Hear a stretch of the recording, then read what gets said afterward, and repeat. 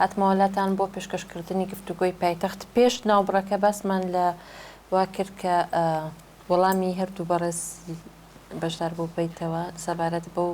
مەسەلانی پەرلەمان و ئەو کێشە یاسایانە. من سەرەتا لەوە دەست پێ دەکەم بەڕاستی لەسەر تعلیقەکەی کاکاتان مەسەلەی بایکۆتی سیاسی حەقێکی هەموو هێز و بەڕاستی فراکسیۆنێکە لە پەرلەمانی کوردستانە، بەڵام من لەوە قسەم کرد کە بەشێک لە ئەندامانی پەرلەمان جگە لە بایکۆتە سیاسیەکەی ئامادەی کۆبوونەوەی لیجانیش نەدەبن کە کۆبوونەوەی لیجان فەرقی هەبوو کە بەڕاستی من ئەلەوەوە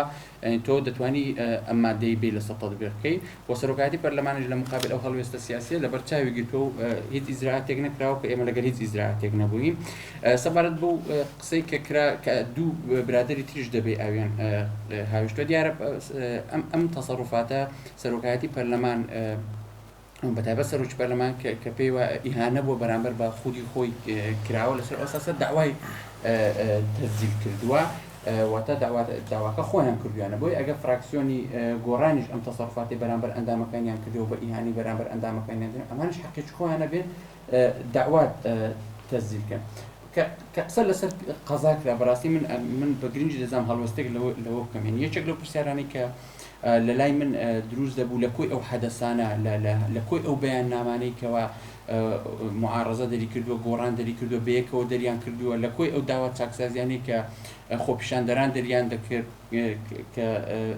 با بڵێن لە کاتی خۆپیشاندانەکاندا کەمترین قسە لەسەر قەزا کراوە، کەمترین قسە لەسەر دەسەڵاتی قەزا کراوە، کەمترین قسە لەسەر سەرۆکایەتی قەزا کراوە کە من ڕێزی زۆرم بۆ ئەم موەسسە هەیە لە گرنگی و گەورەی ئەم موەسسەیەوە باسیەکەم. یعنی قەزا ئەو دامەزراوەیە تۆ ئەگەر وەک سوڵتە تەماشای بکەی یەکێکە لە سێ سوڵتەکەی تر، یعنی کە تۆ دەری فەسڵ سوڵتات بینە سەلاسە سوڵتە یعنی یەکێک لەوانە قەزایە و قەزا حماية تطبيق قانون دكا قضاء مشروعية قوانين كان لبرتاو دغري يعني باش يجي جرفتي جوري امر هريمي كردستان بريتيا لجرف لسلطه قضائيه بلا من نمزاني بو كمترين قصه لسر امدا مزراوي كرا كمترين قصه لسر بيجنيار كان بو بيلان كردن بو تالا كردن بو تفعيل كردن بو امام متفقين لهريمي كردستان كوي دا مزراو كان هريمي كردستان جرفتي هي تو تون دكري قضاء كيشكل للسلطه كان ودوري زور فعالية بما نوع بجرفتين يعني إيه وشخص زينا كان هي قضايا كتصلات بدست إيه بو دورينا خنا ولا كبركي سياسي ولا تدخل حزبي خوي أول هريمي كردستان بابلين كرا ولا لخولا كاني بيشوا قضاء زهرين باش يقول وزارة عدل كرا سلطة شيء مستقل بابلين ما حد أوي دادجاي كارجري دامزرا لهريمي كردستان وبيجنياري دامزاني ما حد قضاء كرا ما بس نقول كمال خطوة دصلات هاي وشتيتي بلام إما هم متفقين يعني أم دامزرا أنا بهمولاك بأوبوسيون وبدصلات وبكوي جشتي كمال جا إما دبي تاكسازتي يعني برسيارك أو بو يعني باش لو هنجاوانا نراون للان بابلين هذه دصلات ولا هريمي كردستان بلام لو أنا لزيت طموحي خلق أنا بلام دبي أم تواكرنا أوبوسيون ومعارضة بكربا كمترين هنجاو لو لا أنا وندرا سبارد بمسألة هيزو أم خالاني كباز ذكر براستي من خوم برسياركم لا دروز ولا لدوزم سري قتاري أوبوسيون لا هريمي كردستان بنمونه بس كن إعمال السليمانية شخص دوروش خوبيشانداني بمولت أنزام درا هم متفقين لسر أوا يعني أجو برادرنا الشهادي بوم بدن من لسر ياسا خوبيشاندانا أو تبين يعني أوان هاي بوم منيش هم بوا بلام أما ياسا كدر شو لهريمي كردستانا جێبەجێ دەکرێت و ئەگەر ئێمە بە ئاگادارکردنەوە کە خۆی خلافەکە لە نێوان ئاگادارکردنەوە یا مۆڵەت بوو ئەگەر بە ئاگادارکردنەوەش یاساکە دەرچووبا لەو شێوەی ئێستا نەبوو کە لە هەرێمی کوردستانە تەطبیق دەکرێت نەگە بە ئاگادارکردنەوەش بە هەر حاڵ کەدەی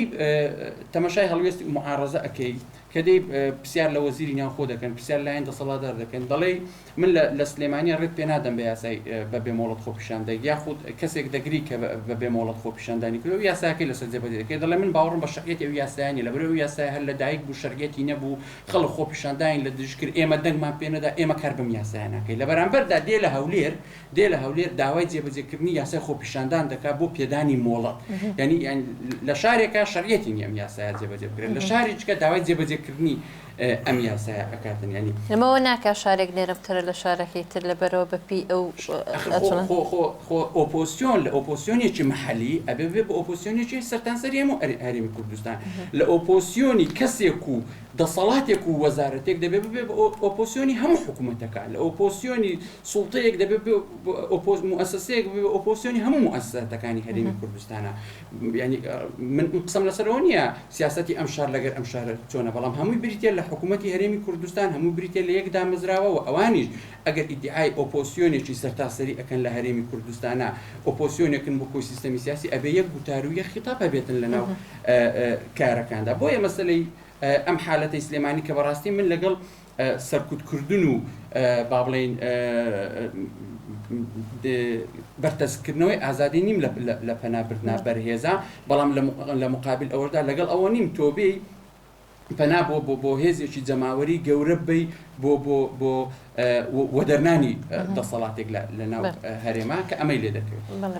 بابەس لە ڕۆڵی پەرلەمانتار بکەین لە ناو پەرلەمانە کاک عەدنان یعنی لە ناو پەرلەمانە پەرلەمانتار ئازادە یاخود هێشتا کۆیلی حیزبەکانیەتی بە ئۆپۆزیسیۆنیشەوە ئەمە بێڕوون بکرێتەوە جارێ مۆزۆ وشەی کۆیلێک لا دەین پابەندبوون دانین من پێم بە گرنگی ئێزانم ئەندامی پەرلەمان پابەندی حیزبەکەی خۆی بێت چونکە کۆمەڵی مصطلحات ئێستا کەوتوتە ناو دنیای سیاسەتی ئەمەوە بۆ خەریکا بێتە کەلتور کە باس لەوە کە پەرلەمانە بێ هەیەیەکی بێلایەن و پەرلەمانتارە بێ بێلایەنوانە بێ شتیوان نییە لە پرۆسی دیموکراسیە و لە پرۆسی گەشەکردنی پەرلەمانە پێم وایە تەنها ئەندامی پەرلەمانە کە بێلایەن نییە و تەنها پەرلەمانیشە دەبێت شوێنی ململانی حیزبیەکان بێت چونکە هەموو ئەندامانی پەرلەمان دیارە لیستە نوێنەرایەتی لیستەکەن لیستەکە لەوانەیە حزبی بێ لەوانەیە لیستێکی غیرە حزبی بێت حرەکەیەکی سیاسی بێ لەوانەیە شخصێکی دیاریکراوی وەڵام دوجار ئەمە پابەندە بە بەرنامەیەکی سیاسیەوە بە ئەجندایەکی سیاسیەوە بۆیە مەسەلە کۆیلەتی نییە پابەندبوونی ئەندامی پەرلەمان بە لیستەکەی خۆیەوە بە تعلیماتی لیستەکەیەوە بە حزب سیاسیەکەیەوە ئەمە کارێکی عیبە نیە و کارێکی ئوسوڵیە لە ئیشی پەرلەمانیدا بۆیە پەرلەمان شوێنی ململانی سیاسیەکان و شوێنی ململانی حزبەکانە ئێمە قسەمان لەسەرەوەیە کە ململانی حزبی لە شەقام و لە تەشەنوجات و لە محاججەی ئەعلامەوانە دەرکەین لە هەیئەیەکی تەشریعیە ئەوە بکرێت لەسەر پرۆژەکان بێ لەسەر بەرنامەکان بێ لەسەر ئەژندای کارکردن بێ لەسەر تەسەوور و ئایدۆلۆژیا جیاوازەکان بێ پەرلەمان شوێنی ئەو ململانیە سیاسی بێ بەڵام زۆر جار ئێوە ڕەخنەتان لەوە ئەگرت کە هەردوو حزبی دەسەڵاتدار ینی بڕیارەکانیان دەرەکەن لە مەکتەب سیاسیەکان و ئەندام پەرلەمانەکان لەناو پەرلەمان جێبەجێیەکە یعنی ئێستا گۆڕانیش بە هەمان شێوە زۆر جار ینی ئێرادەی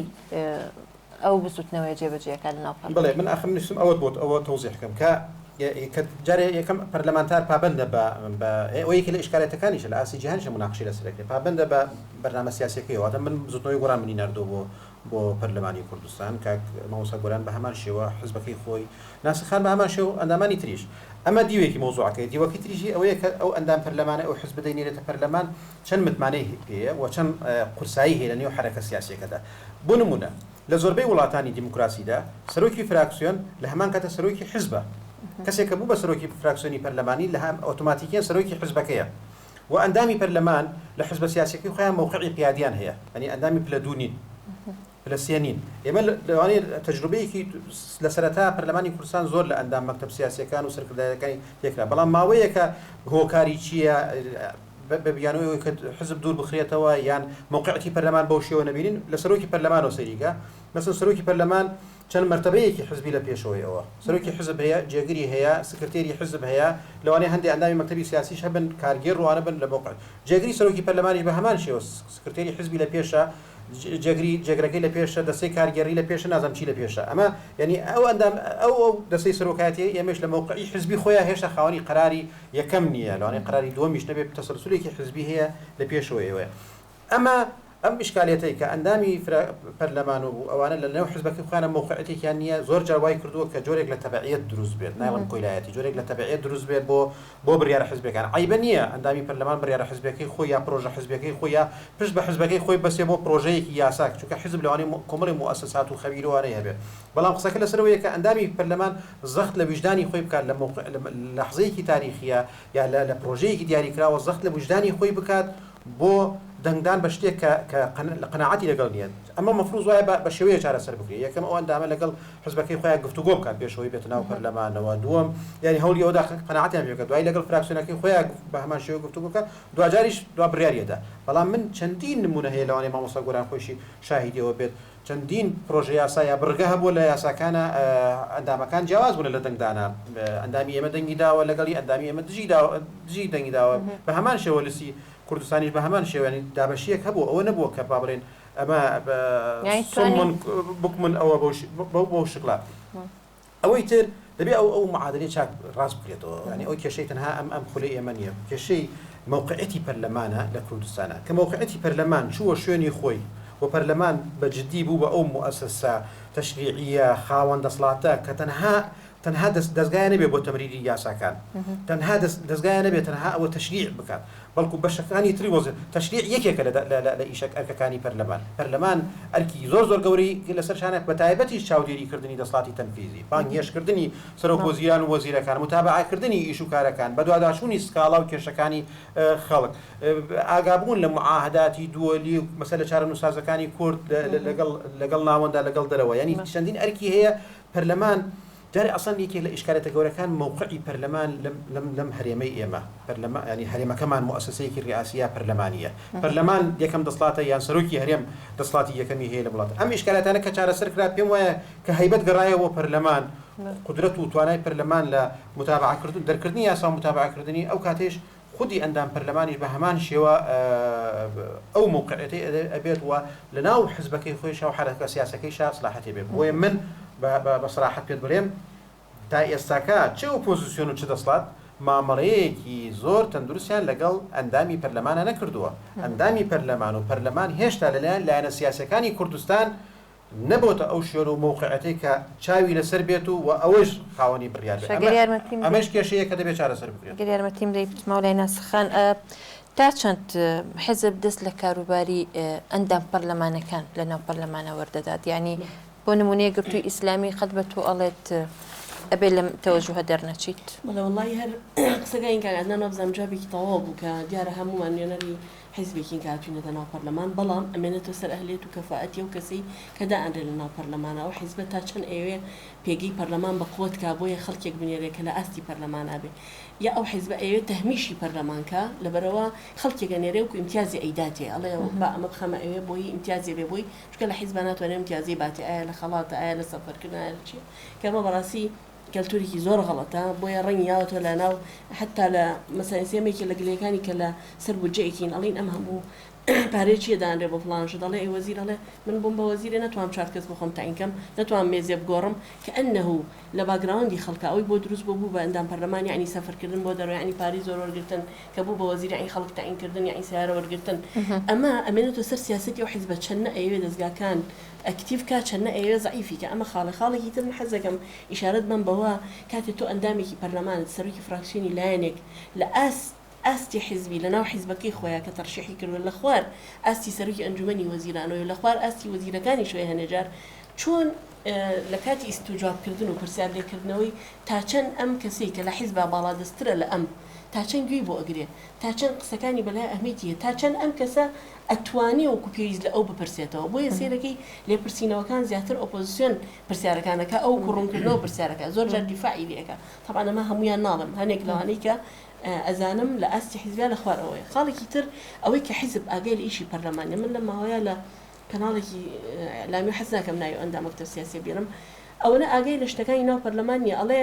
پرۆژەیەکی حەڤە خاڵی هەبوو بە چاکسازی ناو پەرلەمانە وەلایە خەن باسی پرۆژەی 22 خاڵێکن معناەوە ئەوە پرۆژە نییە ئەوە بڕیارێکە بۆ ئەو وەزع خەڵکان ڕای من هەر حەپەسام چۆن ئەندامێکی مەکتەب سیاسی وا ئەڵێ ئەوە حەڤە خاڵە ئەستن بۆ بە ماڵ بەسەر خۆیان جێبەجیان نەکرد خۆیان شکاندیان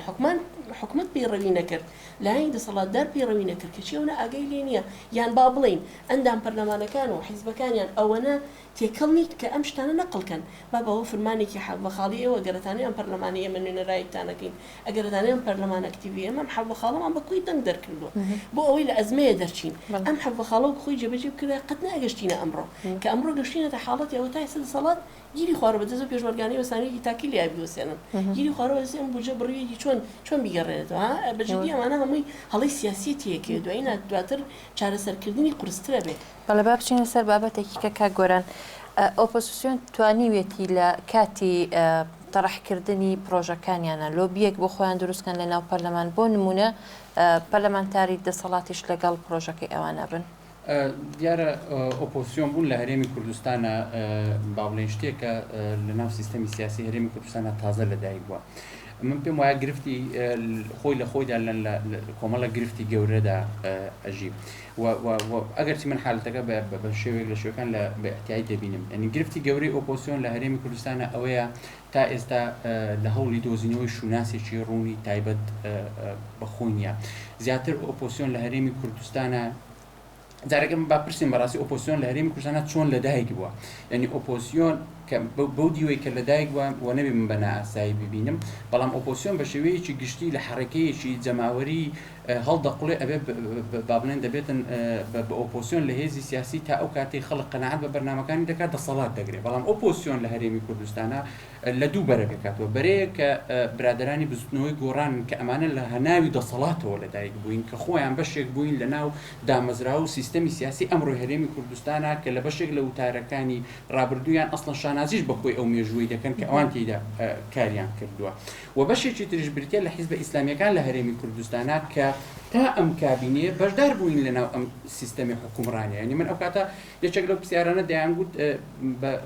بەڕێز دکتۆر بەرهەمیان دەگوتیان ڕاستە تۆ کەسێکی تەکنۆکراتی و تۆ سەرچاوی کێشەکانی، بەڵام لەبەرەوەی سیستەمەکە خراپە بۆیە تۆ دەست لە کار بچێشەوە. ئێ باش ئەگەر هەر خودی کێشە سیستەمەکە بووە بۆ دەبووە کاتی خۆی برادرانی حیزبە ئیسلامیەکانیش لە حکومەتا بەشداری نەکەن، چونکە ئەم سیستەمە درێژکراوی ئەو سیستەمە دەبووە ئەوانش کاتی خۆی دەست بچێشنەوە لە ناو حکومڕانیەکە. واتە لێرەیە مەبەستم لە سێدی ئۆپۆزیسیۆن بەم شێوەیە هاتە ناو کای سیاسی و زیاتر نەیتوانی خۆی لەو ئینفعالاتە نەیکەوا لی لەدایک بووە لە ئینفعالاتە شخصیەکانیان لە ئینفعالاتە حیزبەکانیان. من تازە قسەیەکم کرد، یعنی ئۆپۆزیسیۆن بۆچی تا ڕادەیەک مەحەلی بوونی پێوە دیارە لە هەرێمی کوردستانە بەشێک لەم حالەتەیە بریتێل لە دەرئەنجامی لەدایک بوونیان لە هەرێمی کوردستانە. دوای هات لەناو پەرلەمانی کوردستان کە بەڕاستی هەمومان متفقین، یعنی ئیرادەیەک هەیە کە لە هەرێمی کوردستانەوە لە کۆی ڕۆژهەڵاتی ناوەڕاستە ئەوێ دامەزراوی پەرلەمان دامەزراوەیەک بێت سەرقاڵ بێ زیاتر بە دەرکردنی ئەو یاسایانە ئەو جا یاسا جێبەجێ دەبێ یان جێبەجێ نابێ ئەمە کاری بێتن. دەبوایە ئێمە لەم خولەدا دەبوایە یەکێک لە استراتیژی ئەساسیەکانی بەڕێی من ئۆپۆزیسیۆن خۆ سەرقاڵ نەکردنی بوو بە پێشکەشکردنی پرۆژە یاسا، بەڵکو گواستنەوەی بوو بۆ چاودێریکردنی حکوومەت. یعنی ئێمە هەر چوونە ناو پەرلەمانی کوردستان گوترا ئۆپۆزیسیۆن پەرلەمانی پرۆژە باران کرد، ئەو پرۆژەمان ئەوها پێشکەش کرد و پرۆژە ئەینی ئەم حالەتەی ئۆپۆزیسیۆن کردی. ئینجا دوای هاتنە سەرەوەی گرفتی ئەوەی لە مقابل هە پرۆژەیەک هەیە یانە یا پەسەند دەکرێت یا پەسەند ناکرێت. ئیتر ئێمە لە پەرلەمانی کوردستان سەرقاڵی ئەم حالەتە بوو لە کاتێکە بەڕێی من ئۆپۆزیسیۆن چکە ئێمە بەڕاستی من لە هەرێمی کوردستانە زۆر نەقسی گەورەی قانون نابینەوە، ئێمە نەقسی گەورەی تەطبیقی قانون دەبینەوە. یعنی پرۆژەیەکیان پێشکەش کردبوو بۆ نمونە بۆ سزادانی و کەسانی حیزبەتی دەکەن ناو هێزی پێشمەرگە و هێزەکانی ناوخۆ. بەڵام ئەمە لە یاسای پێشمەرگەیە بۆ نمونە هەیە ئەگەرچی ئەوەی وان تەفاسیلترەوە بوو، بەڵام ئێمە گرفتمانەوەی یاساکە جێبەجێ نابی لە هەرێمی کوردستانە. ئەگەر ئێمە کۆی هێز و توانای ئۆپۆزیسیۆن ناو پەرلەمانی کوردستانە چڕ بووباوە بۆ چاودێری حکوومەت ئەوەی کە ئەو ئیرادەی دەیویست پەرلەمان سەرقاڵکە بە دەرکردنی یاسا ئەوان نەهاتپان درێژکراوەی ئەمەیان کردبا. من پێم وایە کار و نەتیجەیەکی باشتری دەبووین لە هەندێک پەرلەمانانی دنیا لەبەروی ئۆپۆزیسیۆن کەمینەیە، ینی زۆر یە پرۆژە یاسا هەر پێشکەش ناکات لەبەر ئەزانین لایەن زۆرینەوە ڕەفز دەکرێتەوە، شتێکی عیبە نییە. لە کاتێکدا ئەمە ئێستا بۆ کردویانە بە عیبەیەکی گەورە کەواتە ئەدای سیاسی پەرلەمانتەرانی ئۆپۆزیسیۆن لە ئەستی ینی ئەو سیاسەتی ئێستانیە. ئاخر تعلیقم لەسەر پرسیارەکەی بەڕێز ینی وەڵامم ینی ئەم حالەتی با بڵێن کۆدەنجیکردنە لەناو با بڵێن لۆبی دروستکردنەوە ئەندامانی پەرلەمان ئەوەی کاک عەدنان دەڵێ هەیە بە فعلی بەشێک لە ئێمە بەشێک لەوان لەگەڵ یەکترا دەنگ دەدەن، بەڵام بەڕاستی ئیش لەسەر لۆبی بوون نەکراوە. یعنی من یەک نمونەت بۆ دەینەوە لە ناو پەرلەمانە پرۆژە پێشکەش دەکرێت بە ناوی دە ئەندامی پەرلەمان، ئەوان یەکەم ڕۆژ هاتن پرۆژەیان پێشکەش دەکرد بە ناوی فراکسیۆنی گۆڕان، فراکسیۆنی با بڵێن کۆمەڵ، یاخود بە ناوی دوای گوتیان بە ناوی فراکسیۆن نابی ناوی ئەندامان بنووسن. هەر 25 ئەندام پەرلەمانی گۆڕان ئیمزایان لەسەر دەکرد. خۆچی تایە بێ وەرە قەناعەت بە من بێنە وەک ئەندام پەرلەمانێک ئەم پرۆژەیە باشە بۆت ئیمزا دەکەم بۆی لە قاعە دیفاعی بکەم لەبەر ئەوەی من ئیمزام کردووە. بەڵام لە نهج حەزی ئیشکردنی سەرەتایاندا کە ئومێد دەکەم ئێمە ماوەیەکی زۆرمان لە پێشماوە ئاراستەکە بگۆڕێ خۆ حەسرکردنیی تیا بوو لە عقارێکا بۆی ئەگەر شتێکی باش بکرێ ئەوانن یعنی ئەگەر یاسایەکی باش دەرکرێ ئەمە ئۆپۆزیسیۆن دەری کرد خۆ ئەگەر پەسەند نەکرابە ئەوە دەسەڵات پەسەندی نەکرد لە کاتێکدا خۆتان دەزان لە پەرلەمانی کوردستان هەر پرۆژێک ئەگەر زۆرینە دەنجی بۆ نەدا دەنگ ناهێنێ بە دەنجی معارەزەکەواتە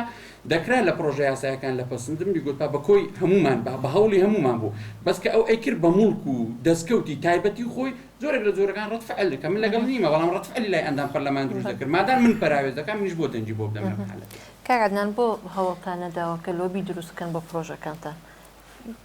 لە ڕاستیدا ئەوە جارێ من زۆر هاوڕام لەگەڵ قسەکانی مامۆستا گۆرانە لە مۆزوعی پرۆژەکاندا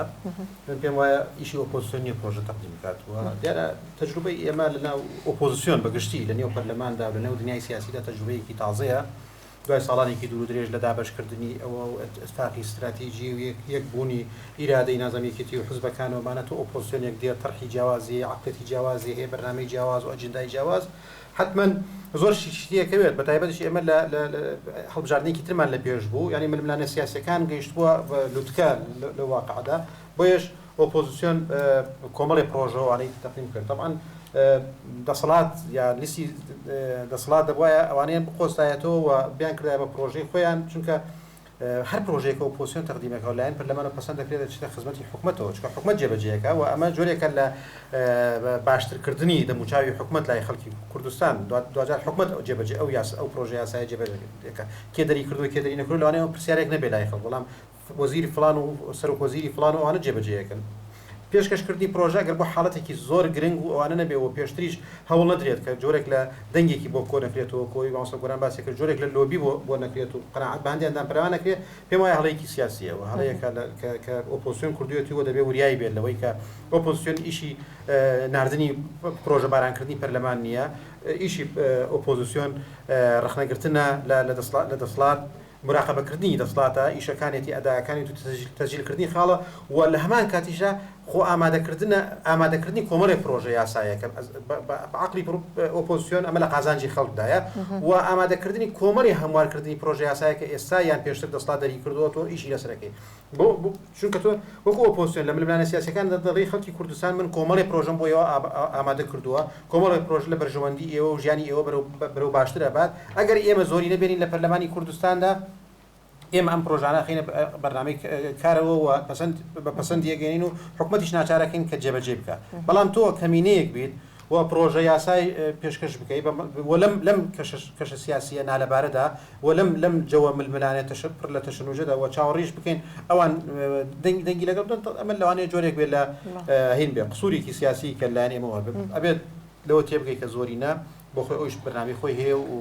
پرۆژەی خۆی هەیە بەڵام ئۆپۆزیسیۆن دەکرێت قسە لەسەر پرۆژەکانی ئەوان بکە ڕخنەی لێ بگرێت پێشانی بدا کەم و کورتەکانیان پێشاندا و قسە لەسەر بزبت قسە لەسەر ئەو هەموو پرۆژە یاسانە بکرێت کە جێبەجێ نەکراوە ساڵانێکە جێبەجێ نەکراوە نەک قسەی لەسەر بکە ئەسڵەن حکوومەت محاسبە بکات حکوومەت بداتە دادگا یا ئەو وزارەتە دادگایی بکە یا متمانی لەسەر بسێنێت و هەموو ئجراعاتێکی تری تەشریعی و ئوسولی و یاسایی لەگەڵ بکات کە یاساکان جێبەجێ ناکات یاساکان پێش نەکات ببینە سەر چاودێریکردن ئایا پەرلەمانتار بیان پەرلەمان بەگشتی یان توانای چاودێریکردنی هەیە و پەرلەمانتارەکان توانی ویانە چاودێرێکی باش بن لە بەسەر حکوومەتەوە دام و دەستگاکانی حکوومەت وڵام من حەزەکەم سەرەتا ئەوە بڵێم کە من هەر لە سەر کاتی هەڵمەتی هەڵبژاردنەکان لە چەند کەناڵێکی ڕاگەاندنەوە زۆر تەکیدم لەوە کە لە ڕاستە من یاسایی نەبووم بەس هەستمە کرد ئەوەنەی یاسا پێشە دەکرێت ئەوەنە گرفتمان لە یاسا نییە و دواتریش کاتی نێناو فراکسیۆنەوە بەڕاستی ئەمەکو فراکسیۆنیە گرتو تقریبی هەمانی ئەوەڵ بەس دراساتی ئەو یاسانەمانە کرد کە دەرچووە چونکە تۆ یاسایی نەبوویت کاتی سەیری یاساتەکرد سەیرەکرد یەک دنیا یاسای زۆر جوان هەیە کە حبرون على الورقة و تطبیق ناکرێن بۆیە بەڕاستی ئێمە هەر لە سەرەتاوە مۆزوعی پرۆژە یاسا کە گۆران باسێکە ئێمە خۆمانوکو یەگرتو وابزان بە پەنجەی دەزەژمێری ئەو پرۆژە یاسانی کە تەقدیممان کردووە و لەبەرەوەی عەدەدیشمان 6 کەس بووە ناوی فراکسیۆنمان لێنەناوە ئەگەر بە کورتی چکاتمان زۆر نەما هەڵمان ناوە زۆرترین خەڵک بێ ئیمزای بکە بەڵام ئەبێ کا گۆران ئەو بزانێ و چۆن ئێمە سەرەتای کارکردمان بۆ ئۆپۆزیسیۆن بەجددی مامەڵی دەسەڵاتی لەگەڵ ئۆپۆزیسیۆنە ناتەندروست بوو من خۆم پرۆژیاسان برۆ لەسەر پێشنی هاوسەرگیری بۆ لای ئەندامی فراکسیۆنی کوردستانی ئیمزای نەکردو بۆم کەشتێکی زۆر زۆر خۆی نەتوانی و قەنەعەتی پێ بکەیت هەر لە خۆی خەوفێکی هەبووە لەوەی کە مادام ئەمە بەڵێ ئەفەن اینجا دواتر ئەمێ بگەمە سەر ئەوە حد دواتر کە ئەو پرۆژیاسە تەطبیق بووە من لە کەناڵی واگەانەوە تومە بە هاوکە بە ئیمزاکردنی کۆمەڵ ئەندام پەرلەمانی تری غیری خۆمان و بە هاوکاری هەمومان چونکە گەر زۆری نەدەنگ بۆنەیە هیچ یاسایە جێبەجێ نابێت قەزم ئەوەیە ئێمە هەمومان چ دەسەڵات و چ ئۆپۆزیسیۆنەوە چێ هەمومان دەسپەنجەنەرمکردنیکی هەیە لەگەڵ ئەم بەڵێ بەست تۆ جوابیەوە نێمە چاودێری بڵێ لەبەر ئەوە مەشغوڵ بوونمان بەم پرۆژە یاسانە و یاسا دەرکردن و ئەو بارە سیاسی کە دروست بوو چێ نەمانتوانی بێ چاودێریکی وازەح ببین بەڵام ئینکاری ناکرێت تۆ پێشتر کە هاوڵاتی بووی ئەزانی ئەم حکوومەتە تا چەند توانیەتی مافەکانی تۆ تحقیق کات تا چەند توانیەتی جێبەجێ یاساکان بکە لەبەرەوە ئێمە وەکو پەرلەمانتار لەوەشی ئەو بەشە تیا قسووریمان کردبێ و شتێکی تریشیە با بیزانی ڕۆتینیاتی ناو پەرلەمان پشتی ئەو چاودێریش کاندووە ئێمە لە لیژنەیە کە ئەمانەیە چاودێری حکوومەت بکەین ئەبێ بە نووسرای ئاڕاستی سەرۆکایەتی بکەین دوای سەرۆکایەتی ئاڕاستی وەزارەتی بکە دەی تا مەوعیدێکمان بۆ دیاریکرێت طبعا ئەمە بۆ هەموو وەزارەتەکان نییە هەندێک وەزارەت هەیە خەتی سووری لەسەرە ئێمە لە لیژنەی پیشەسازی و زەمن بڕیاردەری ئەو لیژنەیە لەگەڵ وەزارەتی سامانە سروشتیەکانە ئەسڵەن تووشی دیقەبی جاری وایە مانگی چوار کتابت کردو مانگی 12 لە سەرۆکایەتی نردویی بۆ حکوومەت یعنی هەشت مانگی پێچووە لەم ماڵ بۆ ئەودیو اینجا تا ئەو ئاراستی وەزارەتێکا هەر نەماندی ڕاستە هاتووە بەس نەهاتووە بۆ وەڵامدانەوەی ئەو شتێک کە ئێمە ئەمانەوێت هاتووە بەپی بەرنامەیەکی سەرۆکایەتی کەواتە ڕاستە ئێمە نەوەلەوە ئەچێ مەشغوڵ بووبین بە پرۆژە یاسا نووسینەوە بەڵام لەو کاتەشە کە ویستومانە ڕقابەیەکی باش بین ڕۆتینیاتی ناو پەرلەمان چۆن ڕۆتینیات خوارەوەی کوشتووە ئاواژ ناو پەرلەمانی کوشتووە کاک گۆران ئەم ڕۆتینە بۆچی و کۆتایی بە بەرنامەکە بین وڵی تر پەرلەمانی کوردستان خۆ دامەزراوەیە کە لەناو خۆی دامەزراوەکانی هەرێمی کوردستان هەمومان معاناتی ڕۆتینیمان هەیە هەمووی تەمەنی حکومڕانی و بەڕێوەبردنمان تیایدا سەرەتایە هەمومان ململانی سیاسیەکان و گرفتە سیاسیەکان ڕنگدانەوەی هەبووە ینی من ئاخر شت پەرلەمانی کوردستان ئێمە نزیکەی 19 ساڵە لە هەرێمی کوردستانان کە دەبووایە 4 خولمان هەڵبژار بە ئێستا لەناو خولی پێنجەمان ئێستا ئێمە خۆمان تازە دوو خولمان بەڕێکردو و لەناو خولی سێمدان هەر ئەوە خۆی لە خۆیان پرسیارێکی گەورەیە لەسەر ئەو دامەزراوەیە کە تازە دەتوانم بڵێم ئەم خولەی ئێستا کە خولێکی فعلی پەرلەمانە کە قسە لەسەر برین و کەم و کوڕیەکاندا دەندرێ ئەگەر نا خولی دومی پەرلەمانی کوردستان خولی ساڕێژبوونی برینەکانە لە بەرۆی هەموو لستەکان بەیەک هەموو حیزبەکان بەیەک لستونە ناو پەرلەمانی کوردستانە بۆی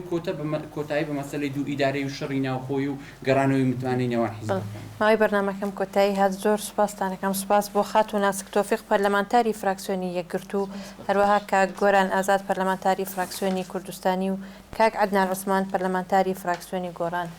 ئێوەش بوونەران زۆر سوپاس بۆ ئامادەبووتان لەگەڵمان و گوێگرتن لەم بەرنامەیە تا بەرنامەیەکی دی خواتان لەگەڵ